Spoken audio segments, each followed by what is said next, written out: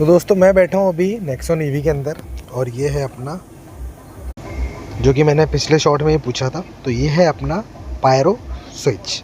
EV में pyro switch होता है एक सेफ्टी डिवाइस। इसे अपन पायरो फ्यूज़ भी कहते हैं या फिर पायरोटेक्निक स्विच भी कहते हैं। ये एक तरीके का हाई करंट फ्यूज़ होता है दोस्तों, जो कि इलेक्ट्रिकल सिस्टम के बीच में लगा हुआ रहता है। अभी काम कैसे करता है देखिए, ईवी में अगर गंभीर एक्सीडेंट हो जाता है, मतलब बहुत मेजर एक्सीडेंट हो जाता है जहाँ पे पूरा डैमेज हो जाता है या फिर शॉर्ट सर्किट भी हो जाता है, तो ये बैटरी का जो सिग्नल होता है, एचयू बैटरी है, हाई वोल्टेज बैटरी होता है, उसका जो सिस्टम होता है उसको डिस्कनेक्ट ही कर देता है। बाकी के जो अपने व्हीकल के जो सिस्टम रहते हैं उसको डायरेक्ट डिस्कनेक्ट कर देता है।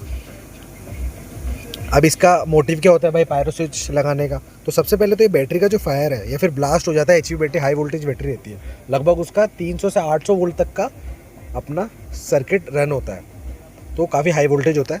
तो उसके ब्लास्ट को रोकना एक तरीके का पायरो स्विच का काम रहता है। और हाई वोल्टेज जो होता है उसका अपने जो कस्टमर्स होते हैं, जो ड्राइवर या फिर पैसेंजर हो गए, उसकी सेफ्टी के लिए उसको बचाना या उसकी सेफ्टी के लिए उनको बचाना, यही काम होता है अपना पायरो स्विच का। या फिर शॉर्ट सर्किट हो जाता है एचवी बैटरी के अंदर या फिर लीकेज हो जाता है तो उसको रोकना, ये होता है अपना पायरो स्विच का काम। अगर शॉर्ट पसंद आया हो, नॉलेज मिली हो, तो एक सब्सक्राइब तो बनता है।